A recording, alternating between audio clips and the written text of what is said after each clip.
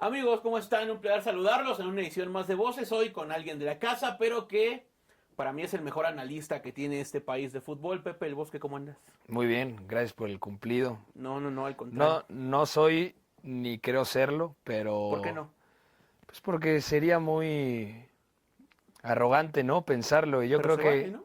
si un día realmente considerara que soy el mejor analista, creo que ese día dejaría de aspirar a serlo, ¿no? Me Porque imagino. igual y dejas de ver tantos partidos, dejas de prepararte igual, y yo creo que lo que legitima a un analista y a un comentarista de fútbol es la cantidad de partidos que ve, así como el cuate que se dedica a analizar cine, lo que le va a dar el respaldo, el bagaje, es la cantidad de películas que ve. Claro. Luego está el tema de si está fino o no para analizar la fotografía, el guión, la narrativa.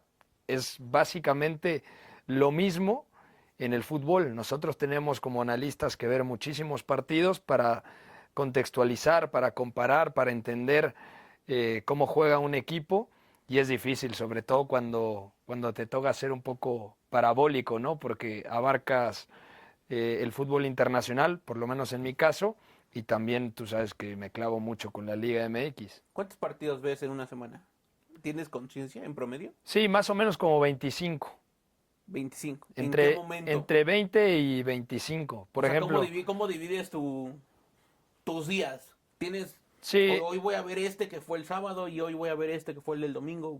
por ejemplo, hoy estamos grabando un lunes, no sé Sí. cuándo vaya a salir esto, pero ya a las 10:30 de la mañana hubo un Roma-Boloña Ujú. y hubo derbi de la Madonina, entonces, que acaba de concluir, Sí. justo antes de empezar a grabar. Entonces, de entrada, un lunes ya tienes dos. Mañana martes hay un Arsenal-Chelsea, lo Sí, vas a ver. sí. Miércoles juega Liverpool. Jueves juega el City en campo del Brighton. O sea, ya de entrada ahí tienes 5 partidos. El viernes normalmente veo alguno que me quede entre 1:30 y 2 de la tarde. No siempre, pero por lo menos uno, porque me tengo que ir a comer con mi esposa, porque si no también es complicado. Luego en la noche normalmente veo uno del viernes botanero, por lo regular el de las 7 de la noche, porque a las 9 ¿Hay otro pues, compromiso hay social? tema social, porque ¿Tienes vida social? tengo vida social. El sábado arranco tempranísimo, esté crudo o no, y por ahí 6:30 de la mañana, ahora sin cambiar el horario en México, 5:30, ahí me sigo hasta las 3, 4 de la tarde, y por lo menos veo uno o dos, por lo regular 2 partidos de Liga MX en la noche. Entonces, cuando ya sacas la cuenta, pues sí llegas a Sí, los a los 20. 20, 25 partidos tranquilamente. Y por ejemplo, muchas veces quedan grabados algunos o quedan en una aplicación que se llama Scout, Ujú. en donde tú puedes verlos a la hora que quieras. Los suben por lo regular 2 días después. Entonces, si me llamó la atención, por ejemplo, no he visto el Dortmund Leverkusen.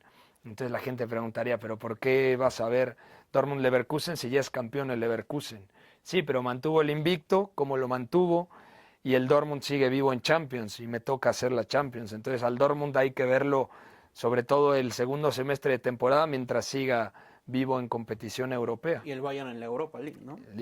Y el Leverkusen en Europa League, totalmente. He visto fotos y te lo voy a compartir porque yo hubo un momento en el que también no tenía vida social y era fútbol 100%. Llegaba yo el sábado en la mañana, 6, 7 de la mañana. ¿De la fiesta? No. Despertaba y ponía en una tele la Premier, en otra Premier, Ok. en otra tele la Bundesliga, en la computadora en ese entonces.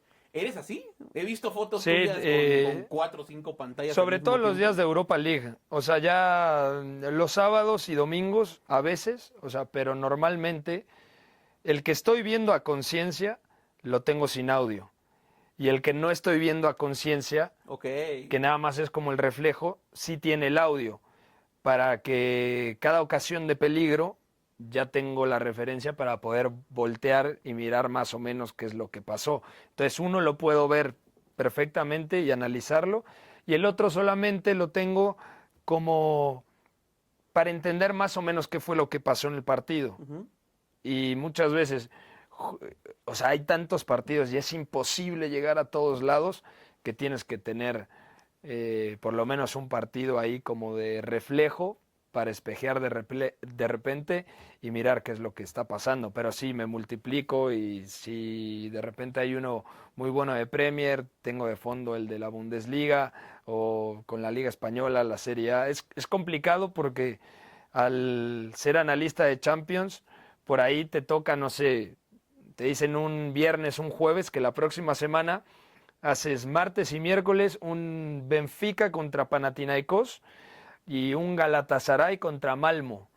Entonces, ver un equipo sueco, un equipo portugués, un equipo turco, o sea, hay que buscar el tiempo para poder por lo menos mirar el último partido y entender cuál es la propuesta del técnico, qué jóvenes jugadores tienen. Es un trabajo muy meticuloso y detallado, pero a mí me gustaba hacerlo antes de dedicarme a esto. O sea, desde muy chiquito me gustaba ver fútbol, entonces, desde secundaria.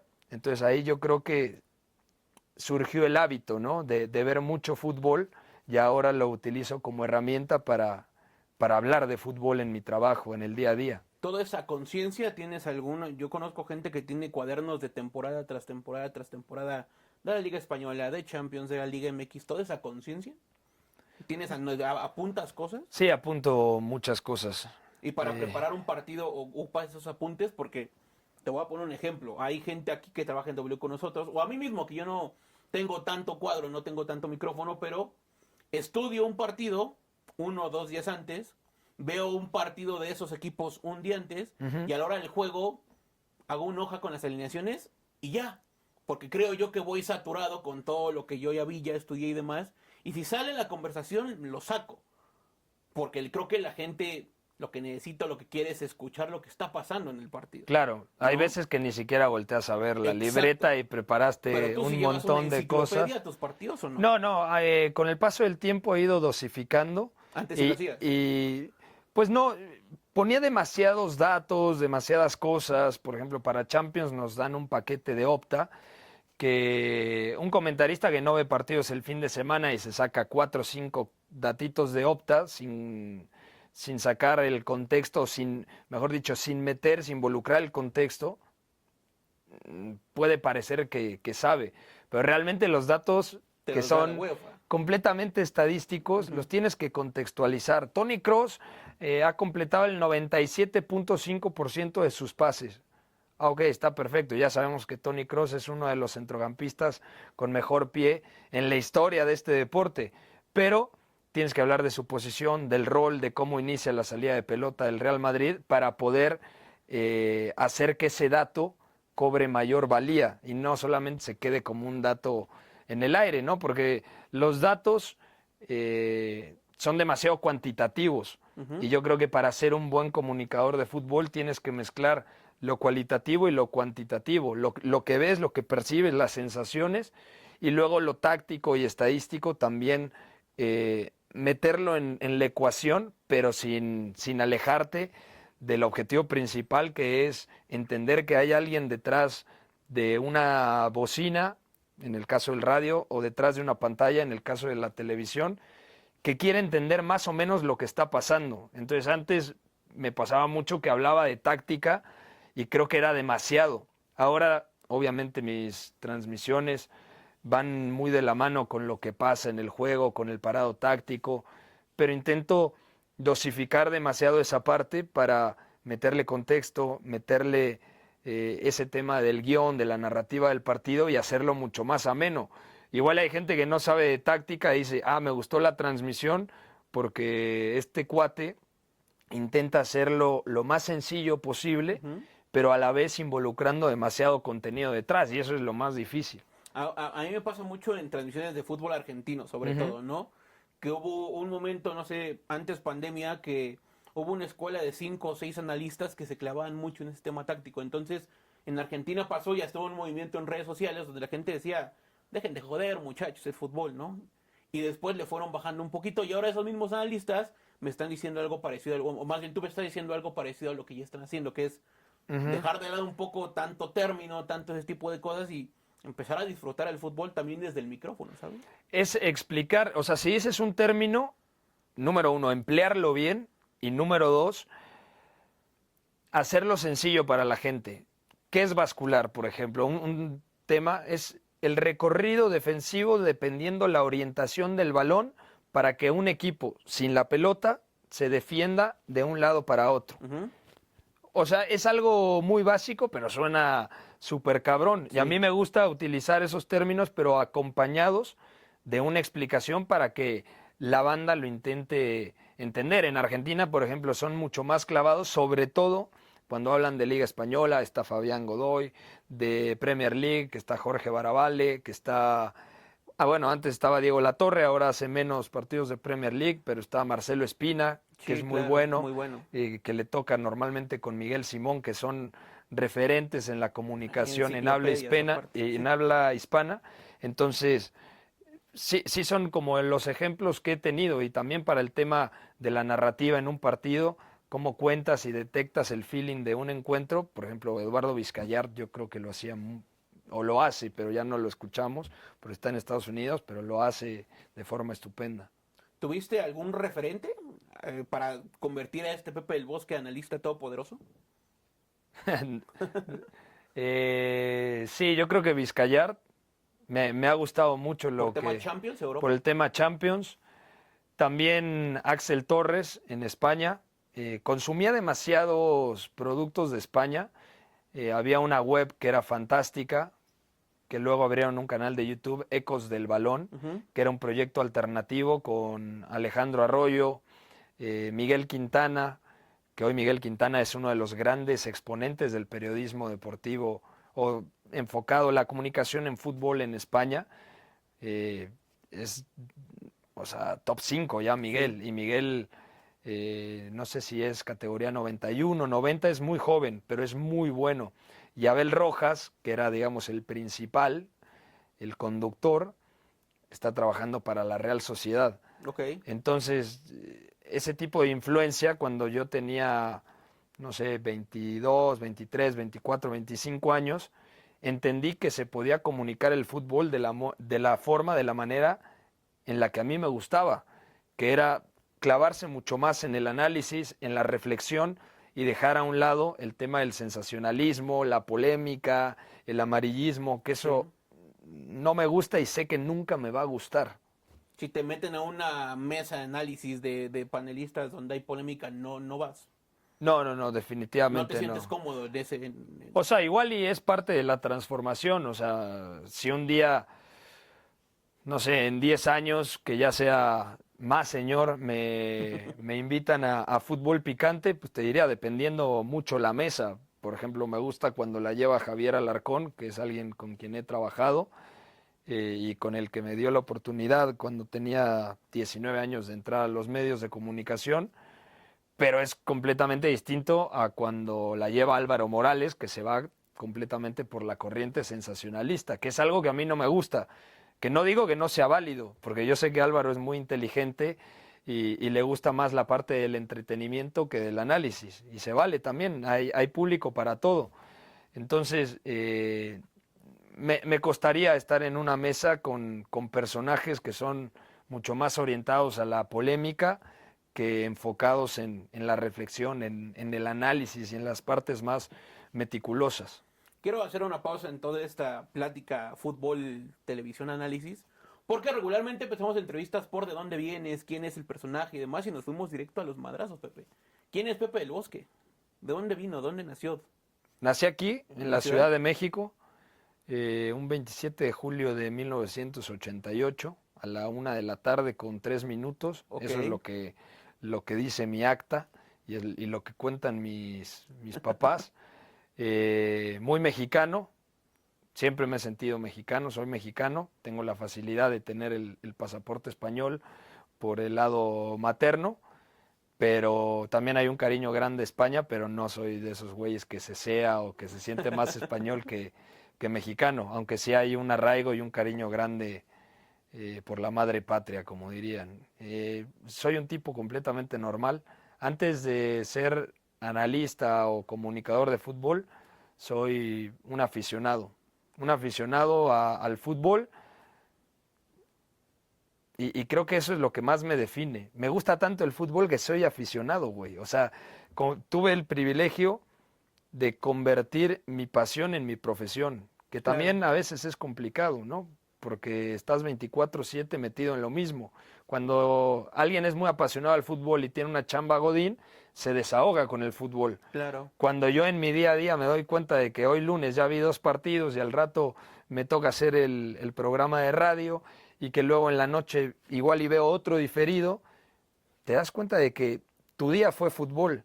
Entonces, cuando te das ese respiro, volteas y dices, uy, igual y necesito conseguirme un hobby. Por eso intento ir de repente al cine o jugar pádel con mi esposa o hacer cosas que me permitan tener también espacio en la mente, en la cabeza. ¿Nunca se te ha ido ese gusto o nunca te has hartado del fútbol? Me pasó una vez que tuve 3, 4 semanas muy difíciles de asimilar, justamente cuando entré a TNT, que me dio una crisis de ansiedad. Nunca había tenido en mi vida crisis de ansiedad, estoy hablando por ahí de 2021, y el que me lo diagnosticó fue un buen amigo, periodista también, Sebastián Alarcón, Ujú. y me dijo que lo que me pasaba era el síndrome del impostor, que de repente pues yo estaba muy cómodo en ese momento, me había ido muy bien en Sky, con la Copa América, con la Eurocopa, en imagen, con los Juegos Olímpicos, en radio disfrutaba mucho en ese momento hacer partidos de Liga MX, que era lo que más hacía, más allá de los clásicos y cosas puntuales de Champions o de Liga Española. Entonces, pasar de que te escriban 150 personas a que te escriban 1500 personas es un cambio bastante fuerte. Entonces no supe asimilarlo al principio.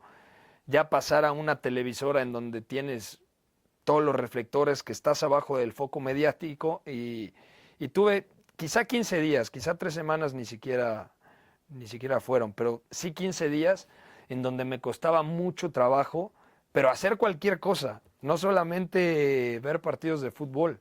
O sea, me sentía muy inestable porque pues estás ahora con el reflector. O Sí. sea, ya que te saluden en el parque 5 desconocidos al día, pues es raro, ¿no? Porque antes eras el cuate desconocido que salió de Twitter y que comenta partidos, pero que no tiene tantísima exposición como empecé a tener a partir de hacer la Champions en televisión. Creo que ese fue un salto muy radical, muy imponente. Me costó trabajo asimilarlo. Obviamente fui con una psicóloga, le platiqué de lo que me estaba pasando, me dio prácticamente el mismo diagnóstico que me había dado este amigo, pero lo trabajé para que se me quitara la ansiedad, porque yo nunca he sido una persona ni depresiva, ni ansiosa, ni mucho menos, pero a toda la banda que ha pasado por algún tipo de lapsus o crisis, yo les digo, güey, lo tienes que atender 100%. Si no lo atiendes, es difícil. Me imagino. No, te saturaste. Y es entendible, a muchos les pasa, quiero pensar, ¿no? Yo creo que sí, lo he escuchado, por ejemplo, de músicos, de actores, que de repente el síndrome del impostor es muy bravo, y más cuando haces lo que más te gusta. Porque puede ser que si te dicen no sirves para un trabajo, igual dices, pues no me gustaba, se vale. Pero cuando es tu mayor pasión, Sí, cuando ya claro. te dicen, güey, el partido que estás haciendo lo están escuchando 1 millón de personas, ya cambia completamente la perspectiva, la óptica, ¿no? Me imagino. Hace rato dijiste el güey que salió de Twitter. Yo te conocí en Twitter, la verdad. Yo también a ti te Sí, sí, conocí en sí. Twitter. Yo en otras épocas medio Sí. oscuras de Twitter, pero eras el güey que analizaba, el enfermo. Seguramente escucharás mucho el término de el niño rata, el niño fifas y demás. No, Pero, Twitter basculaciones. Twitter basculación. Twitter Eso es más basculaciones. moderno, tienes razón. Pero no empezaste en los medios en Twitter. Tú tenías una historia detrás, ¿no? Sí, yo siempre digo que salí de Twitter porque toda mi historia empezó a través de Twitter. Una maestra en la universidad, imagínate hace cuánto tiempo, por ahí de 2009, 2010, Sí. nos obligó a sacar Twitter para hacer un ejercicio de entender a la audiencia. A grandes rasgos era un ejercicio muy básico, pero dijo, miren, el primero que tenga 1000 followers va a tener 10 y analiza más o menos la audiencia que tiene. No me acuerdo exactamente cómo era el ejercicio, pero sí recuerdo puntualmente que era llegar a 1000 followers. Entonces conocía ya algunos personajes como, no sé, Alberto Lati, pero no en persona, los conocía a través de precisamente Twitter. O sea, yo abrí Twitter, llegué a 1000 seguidores porque les pedía el, dame RT y doy información de fichajes o qué sé yo. Pero yo nada más lo hacía por la calificación. Yo quería mi 10 y literalmente saqué mi 10 y dejé de usar Twitter como 7, 8 meses. Ok. Hasta que una amiga me dijo, creo que ahí hay un nicho que puedes aprovechar, porque en Twitter, si tú te quieres dedicar a los medios de comunicación, creo que te puedes construir una imagen, no un personaje, pero sí una imagen de lo que más te gusta. Y entonces empezaba a escribir cualquier cosa, ¿no? Literalmente llegaba a mi casa de la universidad en la tarde-noche, ni siquiera lo tenía en el teléfono, abría la computadora y de los partidos que veía o de los rumores de fichajes, pues ponía ahí cualquier cosa. Entonces empezó a crecer mi cuenta de Twitter y un día saliendo de un concierto de Noel Gallagher, ahí creo que era el Teatro Metropolitan, estaba pagando el estacionamiento y se acercó Mauricio Pedrosa, conductor de ESPN, y me dijo, tú eres Pepe del Bosque, el de Twitter. Y entonces yo le contesté, tú eres Mauricio Pedrosa, el de ESPN. Hoy en día Mau es uno de mis mejores amigos. Ok. Y es difícil tener grandes amigos dentro de los medios de comunicación, Muy difícil, sí. pero él es un gran amigo y me dijo, eres muy bueno, lo que escribes está muy bien. Y me acuerdo perfecto la frase, solamente no seas arrogante. Entonces dije, bueno, seguramente... ¿Y eras arrogante? Yo creo que uno de los errores que cometía cuando era joven era un poco arrogante porque yo era el típico güey que si estaba comentando tal la Serie A y no es... Hay mucha gente que comenta que no tiene puñetera idea, hay que decirlo como es. Sí. Pero antes los evidenciaba. Ahora que estoy del otro lado, soy mucho más reservado porque ahora son compañeros de profesión. Claro. Entonces...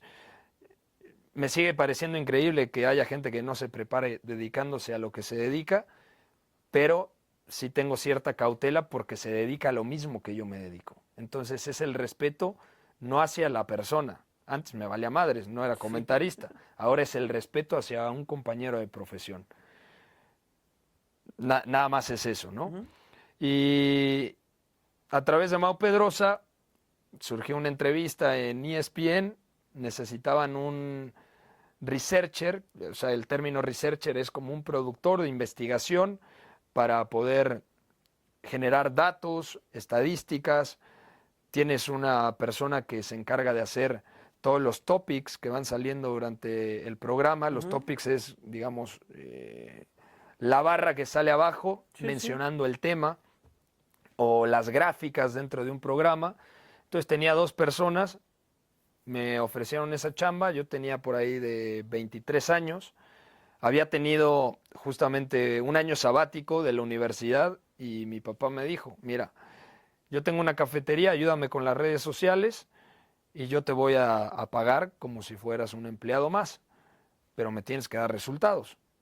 Y terminando ese año, se te acaba tu contrato en la cafetería y ya ahí pues te tendrás que dedicar a algo. Claro, buscas chamba en algún medio, buscas chamba en alguna agencia de publicidad que también me gustaba. Y justo me había buscado una agencia de publicidad que en aquel entonces, te estoy hablando 2012, me habló a través de un amigo, la agencia de publicidad, y me dijo, ya te tenemos una chamba. Y era primera chamba formal, de oficina, de horario, no sé, de 10, porque publicidad. ¿Horario Godín? Sí, tipo Godín, de 10 de la mañana a 6 de la tarde. Pero tenían videojuegos, tenían el FIFA, tenían futbolito. O sea, hay agencias que la verdad se la pasa a la gente poca madre. Sí. Y era literalmente creativo de una agencia, no tenía que hacer ningún proceso antes de ser ayudante o nada. Mi amigo habló directamente con la persona que era la dueña y me dijo, aquí está la posibilidad. Y primera chamba, mi primera chamba, 2012, y me ofrecían, creo que eran 24,000 pesos. Yo sentí literalmente que era $1,000,000, güey. O sea, por la época y aparte que en tu primera chamba te paguen eso, o sea, yo estaba a nada de firmar. Viene el concierto de Noel Gallagher, me encuentro a Mau Pedrosa y me dice, güey, te invito a mi cumpleaños mañana. Ah, órale. Pero sin conocerlo, nada más de Twitter. Fui al cumpleaños de Mau, ahí conocí a un productor de ESPN, que hoy en día es más que productor, es un alto ejecutivo. Un VP, sí, le ha ido muy bien. Y me dijo, te voy a hacer 3 preguntas sobre fútbol internacional. Le contesté las preguntas y me dijo, te espero mañana en Tlanepantla. Ahí estaban. Ahí estaban, claro, en Argos. Sí, sí, sí. Llegué, me hicieron otras preguntas, una entrevista, me presentaron a José Ramón, me dijeron que parte de la chamba era ayudar a José Ramón a hablar en Champions, o sea, que tuviera herramientas para poder comunicar de mejor forma lo que necesitaba comunicar, porque también le tocaban partidos muy bravos, ¿no? Arsenal contra sí, le daban mucho Ludo Orets, cabrón. Al Porto, yo recuerdo a José Ramón al Porto, Porto, claro, por los mexicanos. Sí, sí, sí. Entonces eran partidos difíciles y está claro que no tenía el tiempo, ni tampoco... El partido era difícil y él no tenía el tiempo para poder abarcar todo, entre Liga MX, conducir fútbol picante, No cronómetro, estaba los empapado de fútbol capitanes, europeo, ¿no? tenía un buen de cosas. Entonces, pues prácticamente era el guionista de José Ramón y él se sentía cómodo teniéndome ahí cerca porque sabía que yo no lo iba a defraudar o le iba a escribir cualquier cosa, pero sí era curioso que de repente José Ramón te hablara de, no, ya pasó a 4-4-2 cuando el partido lo arrancó 4-3-3, los interiores, y todo era escrito, güey. O sea, tú le dabas todo. Literalmente le iba escribiendo, claro, sobre todo ¿Al cuestiones momento del partido? tácticas. Sí, sí, sí, yo ¿Neta? estaba Ciro, estaba Roberto Gómez Junco, que me llevo muy bien con los dos, los quiero mucho y los estimo, se portaron muy bien conmigo. Y José Ramón, que era el más difícil, a mí ya me tocó, trabajé 3 años literalmente con él en la Champions. Y a mí ya me tocó un José Ramón mucho más relajado, no es el José Ramón El de TV autoritario que Azteca. todo el mundo habla. A ver, tenía su carácter, pero por ejemplo, si él me hablaba mal, yo le contestaba mal, con cierto respeto, pero yo le contestaba mal. Entonces, él se sentía conforme con mi respuesta, porque si algo agradezco es que en esta carrera que me tocó convivir 3 años ininterrumpidamente con José Ramón Fernández, y no por la parte del comunicador, sino trabajar con alguien que ha sido tan importante en el periodismo deportivo mexicano es un punto clave, es un punto de irrupción en la carrera de todo mundo. Y en segundo lugar, para poder mirar a los ojos a un güey que es muy cabrón, en el buen sentido de la palabra, y también yo creo que antes en el mal sentido de la palabra, alguien muy autoritario, de carácter, que si un día venía de malas te podía contestar terriblemente mal, pero no voy a decir nombres, pero mucha gente se achicaba ante José Ramón. Si hay un chico de 23, 24 años que no se achica y que lo mira a los ojos a pesar de que le dice de todo, pues yo creo que él detectaba... mismo, ¿no? Claro, sí. Claro, y a la fecha, no sé, me ha tocado que me felicita cuando transmito partidos sobre todo de su Real Madrid, ¿no? Porque es súper hincha del equipo blanco y yo creo que eso ayudó mucho. Pero a lo que voy con esto es que tenía la decisión entre ESPN, que era literalmente, no sé, me ofrecían como 14, ir hasta casa del carajo. Era lejísimo, Sí, sí, era otro estado, era Estado de México, güey. Sí. O sea, Tlalnegótica le decía, sí estaba muy lejos. Y yo siempre viví más o menos en el centro de la ciudad, entonces, pues sí, te colgaba bastante. Tenía las 2 alternativas, hablé también con mis padres, les pregunté, hablé con amigos, con gente de confianza, y todos coincidían, si te quieres dedicar a la comunicación deportiva y tienes la posibilidad de entrar a un medio como ESPN, y además sin tener que llegar como PA, o sea, como asistente de producción, sino ya llegas le como llegaste de research. arriba, ¿no? Pues no como arriba, luego me enteré Digo, que, estar pegado a José Ramón que es algo arriba, ¿no?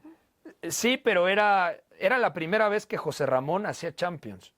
Entonces esa tercia era la primera vez que iba a interactuar junta haciendo partidos de Champions. Entonces por eso creo que fue mucha casualidad, mucha suerte y fortuna el hecho de decir, necesitamos este perfil de research y lo encontramos literalmente en una peda. O sea, porque así decía el productor, güey, en la fiesta de Mau Pedrosa. Oye, y luego de ESPN, ¿a dónde vas? ¿Por qué se acaba ESPN? Bueno, ya estaba muy cansado. 2016 ya estaba muy ¿Cansado de lo mismo? saturado. Sí, estaba frustrado, yo creo que ese es el término. Nunca tuviste Porque cuadro en ESPN. no, hice, por ejemplo, 3 castings, o sea, pero muy puntuales de análisis táctico.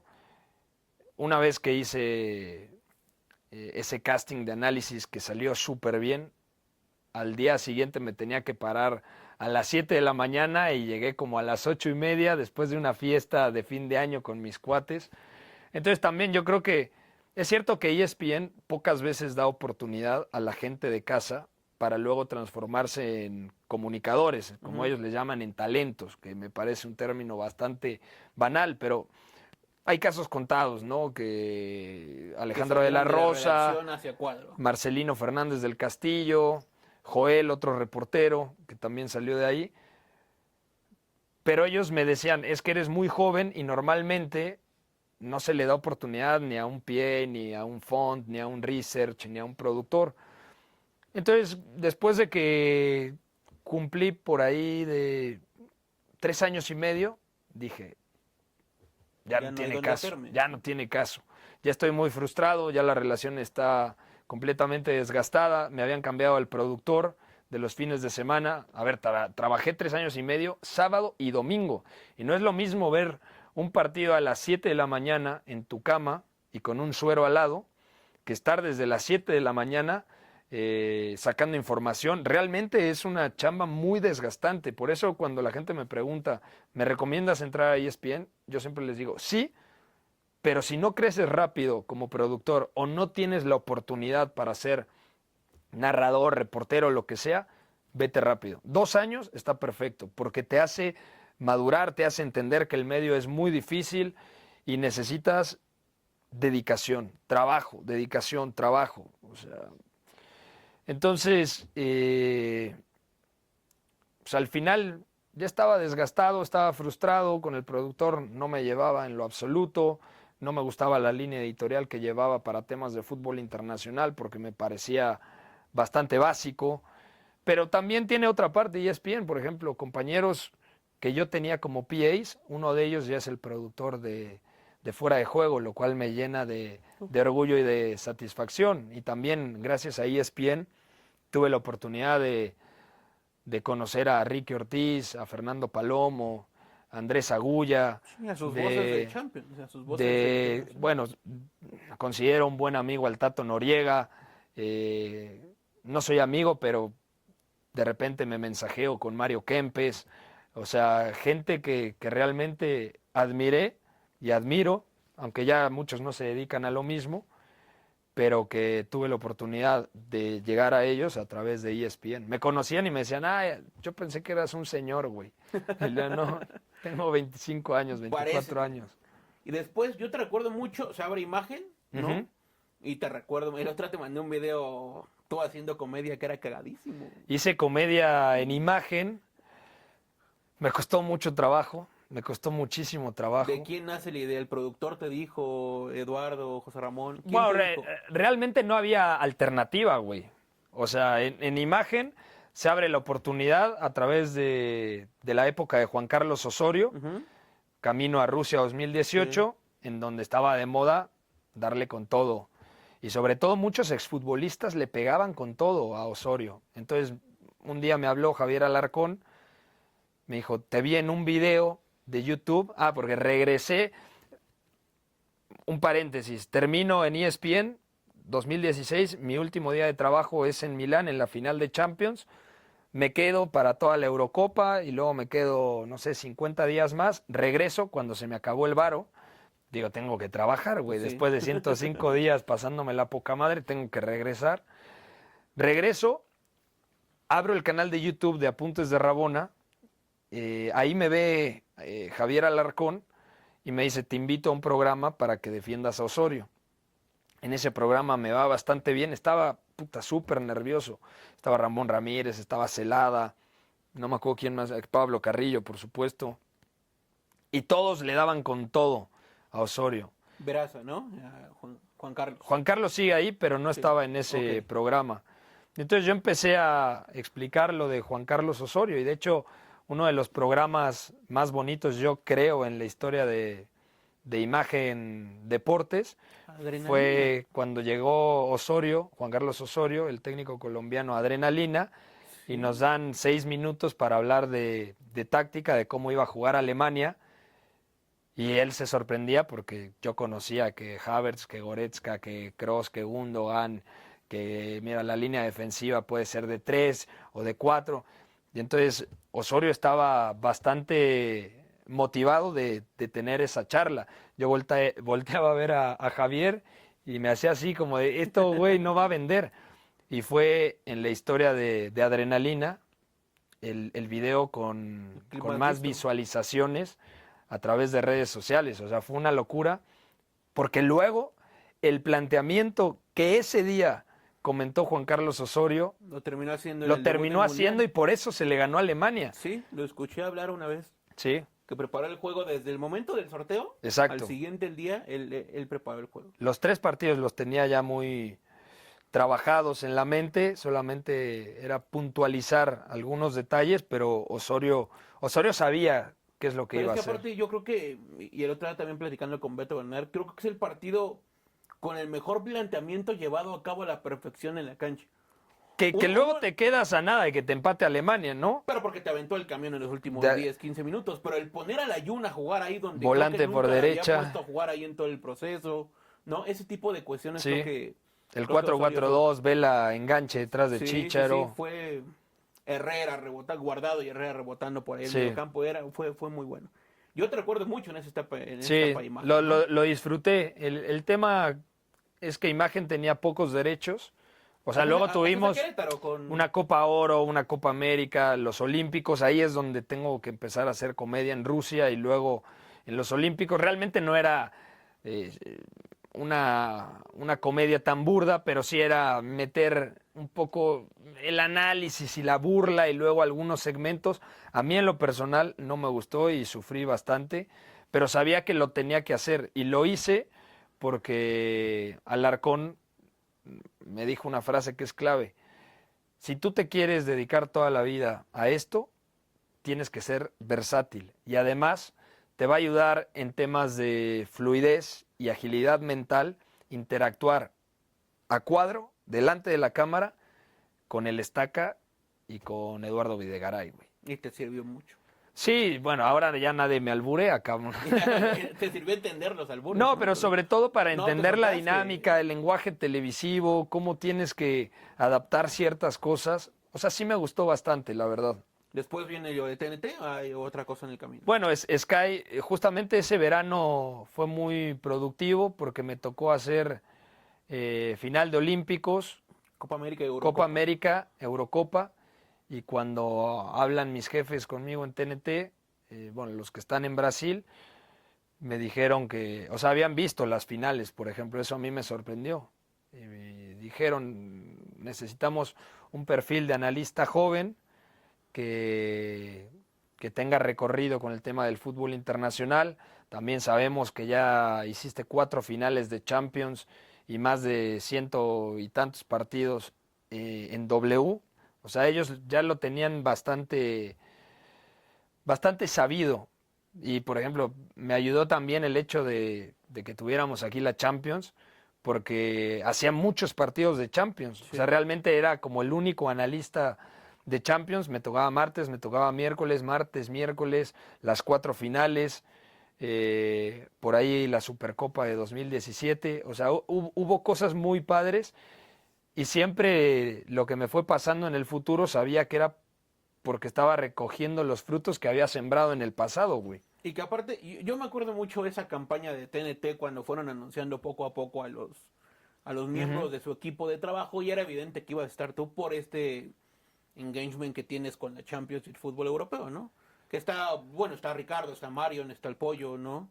Sí, Pero el de ley, el que sabíamos que iba a estar, sin saberlo, realmente sabíamos que eras tú. bueno, yo no lo sabía porque, o sea, se tardó un poco ese proceso, sobre todo, bueno, la final, la Supercopa entre Chelsea y Villarreal, Ujú. yo no la hice, por ejemplo. Estaban en... Ahí ya había un contacto, o sea, ya estaba la posibilidad, pero yo no sabía exactamente cómo iba a ser. Ok.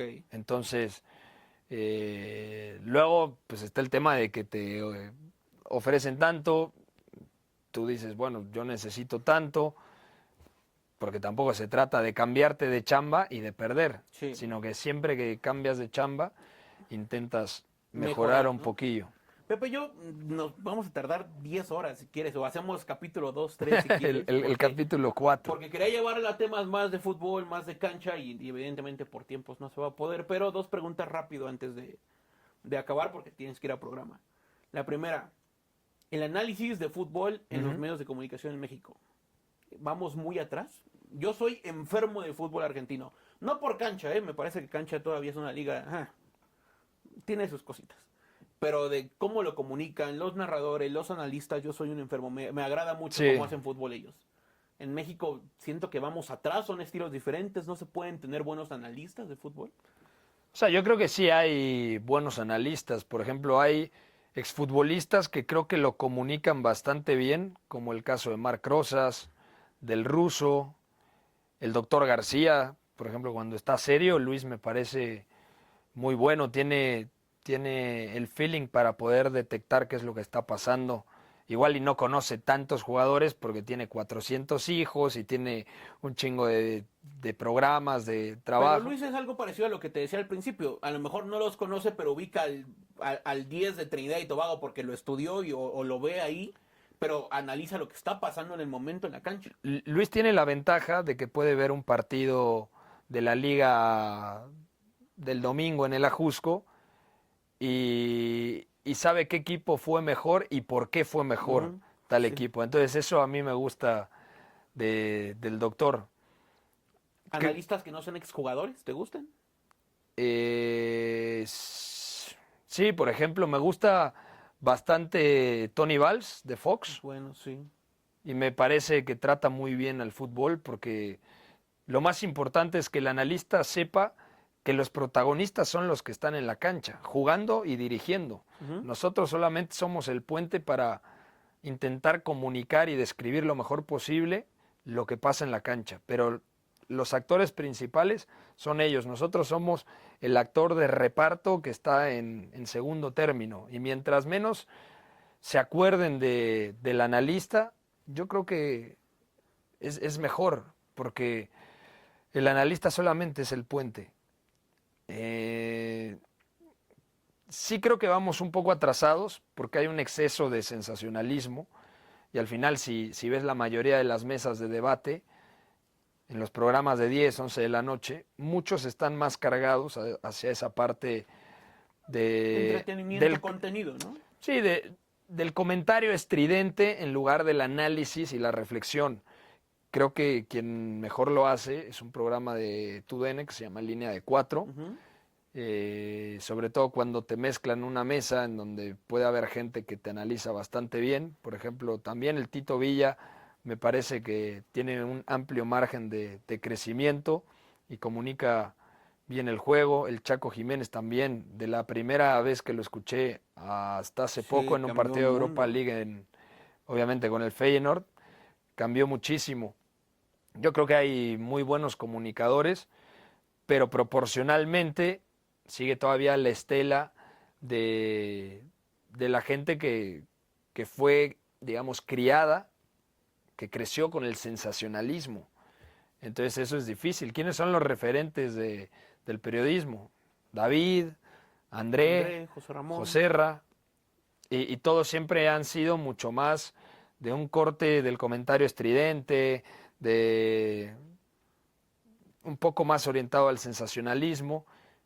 No hemos tenido tantos analistas tácticos. Por eso creo que es complicada esa parte de hacerse hueco en un medio en donde el analista, comentarista casi siempre fue exjugador. Y también tiene que ver un poco el cómo, a ver, no sé si la palabra es fuerte, pero cómo está educado el televidente, el radioescucha, el consumidor, ¿no? En Argentina hacen un ejercicio todos los lunes a las 9 de la noche en ESPN donde juntan a Mariano, al Pollo, a Diego, a Sí lo he Ruggeri, visto. Sí, ¿no? sí. A Miguel Simón. Que antes van monstruos de la comunicación que tú dirás son vieja escuela también, pero que te dedican de las 2 horas de programa, te dedican 30, 40 minutos a hablar fútbol cancha. Fantino lo conducía, Fantino lo conducía al principio. 360 se llama, 90, una cosa así. Pero es un ejercicio espectacular que acá creo que difícilmente se puede hacer. Primero porque ya decías tú, esta escuela o es difícil conjuntar al buen analista, a la persona que hable de fútbol, con un buen conductor, un buen panelista, alguien que los acompañe. Pero también qué tanto tiene que ver el consumidor porque le gusta mucho. Tú ves los videos o los clips de Álvaro Morales y puta, revienta. Claro, todo, pero ¿no? porque Álvaro es un genio construyendo ese personaje para generar respuesta inmediata en la persona que lo está viendo en Instagram, en YouTube, en TikTok, en Twitter o en X o en lo que sea, güey. O sea, es un contenido orientado a eso y está bien. Hay gente a la que le gusta la comunicación deportiva más enfocada al chiringuito y todo esto. Se vale, está perfecto. Yo creo que en México sí necesitamos más gente que analice el juego y que conozca más el juego. Y que si van a hablar de un Pachuca Santos, es porque realmente vieron el Pachuca Santos y no solamente hablan con el resultado en mano. Porque igual, y no sé, un día Tigres pierde 3-0 contra Necaxa en el Volcán. Pero fue un partidazo de Tigres. Y por ahí defendieron mal 2 corners y hubo un contragolpe y les marcaron el tercero, pero Tigres da una exhibición. Hay que contarlo completo, ¿no? Tigres da un partidazo, pero pasó esto. Lo normal es que, no, Tigres no está para campeón, no sé qué. Hay que ver la película para hablar de la película. Hay que ver el partido para emitir un juicio sobre el partido. Y creo que muchas veces distintos comunicadores no ven los partidos y eso es muy latente en comentarios, en topicazos que se ven. Es más válido decir, güey, no lo he visto porque estaba viendo otra cosa o no tuve tiempo o qué sé yo, pero ser honesto con uno mismo. Y creo que ese es el primer compromiso que tiene que tener un comunicador. Saber que tienes que ver mucho y cuando no viste algo, no vendas humo. Se vale decir no lo vi. Todos estamos a tiempo de, otra vez suena feo, de educar al aficionado mexicano con contenidos como The Coach's Voice, por ejemplo, que a mí me fascina, ¿no? Pero yo, y alguna vez lo intenté hacer aquí y es complicado que el mexicano se meta en ese tipo de contenidos. Yo creo que cada vez se mete más. O sea, creo que cada vez hay un análisis profundo, sobre todo si sabes navegar en Twitter, en X, creo que sí puedes encontrar analistas muy valiosos. De hecho, o sea, mi objetivo como periodista, como comunicador, es crear una escuela en donde haya algo completamente distinto a lo que ha existido a lo largo de los años. Y por eso está Beto González, está Eduardo Zurita, está Memo Navarro, está Oscar Mendoza, está Eugenio Tamés, que a todos los tenemos aquí, y que comentan con dedicación, con respeto y con una preparación tremenda cada partido. Y yo esperaría que ellos en algún momento sean mejores que yo, porque eso, y no es una competencia, simple y sencillamente que estén en un lugar todavía mejor, con más reflectores y que puedan vivir y dedicarse 100% a esto, haciendo algo que antes no se hacía, porque eso a mí sí me consta, ha cambiado un poco el tono de la conversación. Ya en las mesas se habla mucho más cambió a línea de 4, ¿no? Fíjate, con línea de 3, cuando se mete entre los centrales para generar superioridad, no, esa conversación que antes te decían, ah, puta, qué mamador. Güey, a mí me tocó comerme Exacto, sí. cientos de mensajes de lo que dices es una mamada, no existe, incluso de exfutbolistas que hoy en día reconocen que se equivocaron, no lo van a hacer públicamente, pero... Se habla del señor Raya. No, no, bien. Pero hay gente que piensa que solamente el fútbol es de una forma, y está bien que ellos se queden con eso. Yo también tengo la otra parte en donde sí puedo decir, güey, me fui a preparar a Barcelona, he viajado, fui a jugar a Bélgica, o sea, realmente he intentado tener un respaldo para tener la licencia para hablar de lo que hablo. Y aún así creo que siempre mis comentarios son muy cero autoritarios, cero que suenen arrogantes, ni mucho menos. Al final, un entrenador sabe más que yo, quien está en la cancha muchas veces lo vive distinto a como uno lo percibe desde afuera. Lo único que puede hacer el comunicador, sobre todo el comentarista, el analista, es estar lo mejor preparado posible para entregarle el producto que se merece a la persona que está en el sillón o que te va escuchando en el coche o que está en la oficina, donde sea, pero que se sienta cómodo, que se sienta representado y que digan, ah, sabe de lo que está hablando. Puede ser que no esté de acuerdo con él, pero sabe de lo que está hablando, ¿no? Por último, y antes de terminar, ¿vamos a dirigir algún día? No, ¿Quieres dirigir? ¿Quieres dirigir? no. ¿Por qué? Porque ese tren pasó en 2016, que estaba en Barcelona, que estaba la posibilidad de quedarme a hacer el curso de entrenador, pero luego entendí que a mí me gusta mucho más comunicar que dirigir. Hay gente que le gusta dirigir, a mí me gusta más comunicar, me gusta platicar de un Real Madrid, Manchester City, pero también me gusta hablar de un Ludogorets contra Chesca de Moscú, ¿sabes? O ¿Y el sea, ser DT no te permite eso? el ser DT te involucras mucho con un equipo, con un cuerpo técnico. Quizás sí sea DT el día que me retire de los medios, pero no un DT profesional, sino un DT del equipo escolar o algo así. Así sí me gustaría. Pero ser comentarista y luego pasar a ser entrenador, creo que es algo completamente inviable. Por tiempo, por momento de vida, porque como comunicador, más allá de que sí tengo mucho trabajo y estoy literalmente trabajando de lunes a domingo, tengo espacios en donde puedo compartir, desde mi punto de vista, ella dirá que no, pero bastante tiempo a mi manera de verlo Con tu mujer. con mi esposa y si un día llego a tener hijos, y con mis papás y con mi hermano, porque creo que, bueno, mi hermano vive fuera de México, pero es importante también dedicarle tiempo a ti, a tu familia, sobre todo a tu familia cercana, en este caso mi esposa, eh, a los amigos, soy muy amiguero, pero también me he dado cuenta de que muchas reuniones y temas sociales es a partir del fútbol. Entonces, ¿Y no le rehuyes a que en la peda saquen, oye, güey, ¿viste el Dortmund contra el Bayern el sábado? ¿Cómo lo empató de último minuto? pues, Y no pues mames, güey, ya ¿intentas salir del fútbol en no, las no, pedas? que fluya. Pero sí me toca muchas veces que en bodas o en lugares en donde tú no conoces a las personas que están sentadas en la misma mesa que tú, pero ellos te ubican a ti y entonces ves que se dan codazos como para ver quién le pregunta primero Sí, y entonces ya sueltan el Jude tema. Bellingham va a ser tan bueno como tal y entonces ahí ya nada más escucho yo o siento el codazo de mi esposa Hoy y me no. dice respuesta concreta, por favor, respuesta concreta, no tanto fútbol porque si no es difícil. Prométeme que hay capítulo 2 Hay porque capítulo quería 2. llevar también el tema cosas de fútbol, crisis en el fútbol mexicano, la Liga MX es tan buena o no, comparación en dónde estamos, el fútbol europeo, porque no hay mexicanos en Europa, Son muy la, caros, eso sí. la falta de formadores en México que para mí es Para mí también. la principal Pero les foco pagan muy rojo. poco también. sería bueno que entrevistaras a formadores. Pregúntale cuánto gana un entrenador en cantera, Sí. en la Noria. En Cuapa les pagan bastante mejor, pero es un tema de vocación.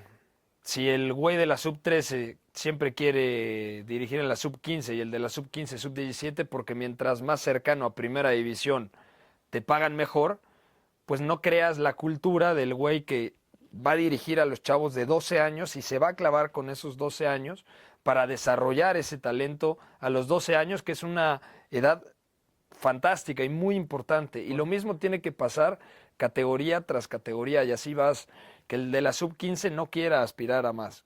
O sea, y no por un tema de falta de ambición, sino porque tienen que enterarse que Él tiene su que ser el chamba formador. es mucho más importante, incluso en algunos casos, que el del Primer entrenador del equipo. primer equipo. Sí, me De imagino. acuerdo. Lo planeamos. Capítulo Perfecto. 2. Me Muy costó bien. 3 meses traerte, güey. Bueno, pues es ¿Cuándo que- lo vamos a hacer, güey? ¿En diciembre? En diciembre de 2027. Lo planeamos. Exacto. Espérenlo, pues. Gracias, Pepe. Un gusto, ¿Te Villic. gustó? Sí, sí. Gracias. Nos Siempre. escuchamos la próxima semana.